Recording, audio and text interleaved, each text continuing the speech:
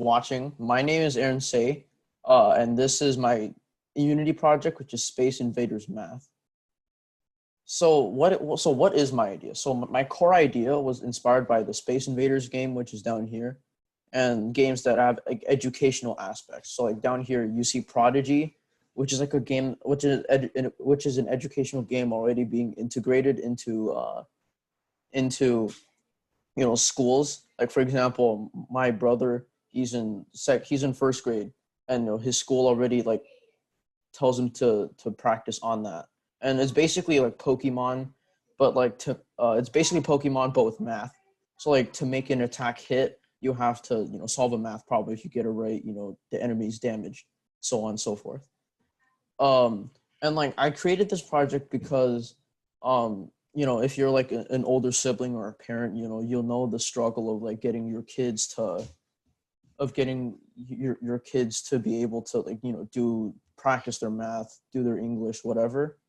So I just wanted to create this to make it easier for parents and older siblings, guardians, whatever, to and like also just to like supplement their math and English skills on top of what they're learning on school right now because it's quarantine. And what I really like about it is like I drew all the models myself. So like I had a lot of fun drawing it on pixel art, and uh like I also looked on like examples from the pixel art community, right? And those inspired me to like create my own models. And the features I wanted to have in my project were an educational element and like a lot of more levels, because you'll see in a minute like I only have 2 levels in this game. So how did I create my project? So as before I said, I use Unity to create my project, just down here. And during class, I learned C sharp, and that's like the logo for C sharp, and the Unity interface, which I used in my project.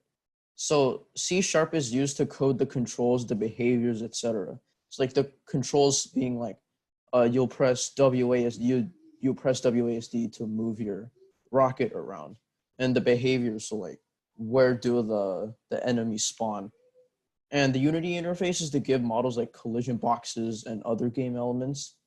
So like collision boxes is like it detects if something has hit the enemy or if the enemy is hitting something, and other game elements, right? Such as giving it like physics, for example. So here's an example of code I wrote for my project. So like the code in part 1 right here, this top section, it gives the laser like physics, and yeah, it gives the laser physics, and it sets the speed at which it fires.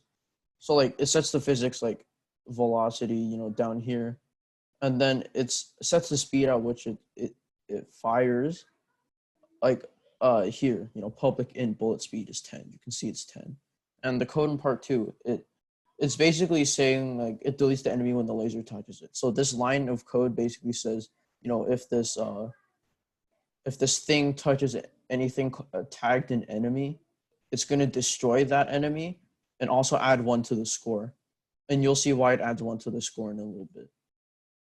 So now for a live demonstration of my game, and this is like a screenshot from my game right here.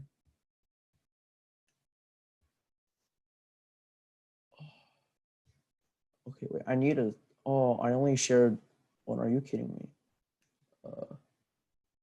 Okay, wait, can I stop screen sharing right now? Because I forgot, I only recorded one, like the one tab. Wait, what? Yes, you can. Okay. Okay, so carrying on from that technical difficulty right there, here's like the UI, here's like the interface I was talking about. So like over here, it helps you like manage your scripts that you code. Here's like your prefabs and whatnot, and here helps you manage your sprites. So I have multiple levels here, a level 1 and a level 2. So we are in level 1 right now, and so you press WASD to move your keyboard to move your rocket around, and let's just say I want to die, right? So I die when the alien collides with me, right? And then it says game over, and I can't move. I'm gonna have to restart my game because I lost. So playing that again. So this time we're gonna shoot our laser, which you need to press space bar for. So you press it, boom, that guy's dead. Boom, that guy's dead. And then you just keep doing this, and then when you kill 15 aliens, your game resets, and now you're on to level 2, which is harder. It's harder in the sense that it's harder where, like, because the enemies, they move faster. So like as you can see, they move pretty fast now. But then I only have 2 levels, so when I kill 15 enemies here, it just resets and then it just restarts from the start of level 2 onward. So let's try to play up until that point.